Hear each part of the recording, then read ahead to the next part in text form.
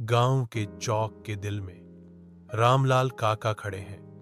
उनका वृद्ध चेहरा एक कोमल मुस्कान से अंकित है। हालांकि उसकी आंखें दयालुता से चमकती हैं। उसके पैर समय के भार को धोखा देते हैं जो उसके नीचे थोड़ा कांपते हैं। युवा आवाजों का एक कोरस गूंजता है, काका, अब हर कोई मोबाइल फोन का इस्तेमाल करता है, अब कौन चिट्ठियां पढ़ता है। रामलाल काका की मुस्कुराहट गहरी होती है। उनकी आंखों में एक जानी पहचानी चमक होती है, क्योंकि वे एक शाश्वत सत्य साझा करने की तैयारी करते हैं। अटल विश्वास के साथ रामलाल काका कहते हैं, कुछ बातें केवल पत्रों के माध्यम से ही दिल तक पहुंचती हैं। उनके शब्द हवा में लटके हुए हैं। हाथ से लिखे शब्दों की आत्मा को छूने की स्थायी शक्ति की एक कोमल याद दिलाते हैं।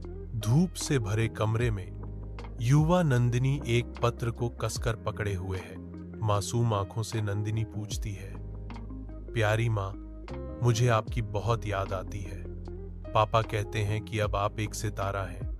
क्या एक पत्र एक सितारे तक पहुंच सकता है? रामलाल काका ने दिलासा देते हुए जवाब दिया, अगर दिल से भेजो तो खत कहीं भी पहुंच सकता है। नंदिनी अपना हाथ बढ़ाती है, रामलाल काका को पत्र देती है। रामलाल काका धीरे से नंदिनी से पत्र लेते हैं। नंदिनी देखती है। रामलाल काका के पत्र स्वीकार करते ही उसकी आंखों में उम्मीद चमक उठती है। पहाड़ की चोटी पर रमामल काका अकेले बैठे हैं। विशाल शाम का आकाश ही उनका एकमात्र साथी है। नंदिनी के पत्र को पकड़े हुए रामलाल काका एक बेटी के प्यार पर विचार करते हैं जो असीम और सच्चा है। भावुक आवाज में रमालाल काका घोषणा करते हैं, इसे लो, यह एक बेटी का प्यार है। इससे बड़ा कोई डाकघर नहीं है। जैसे जैसे शाम गहराती है, ग्रामीणों का एक बढ़ता जुलूस पहाड़ पर चढ़ता है जो एक अदृश्य शक्ति से आकर्षित होता है। अपनी चढ़ाई में एकजुट ग्रामीण पहाड़ी की चोटी पर एकत्रित होते हैं।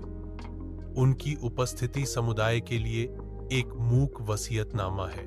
साथ मिलकर वे विशाल आकाश के नीचे खड़े हैं जो प्यार और एक साझा यात्रा से बंधे हैं।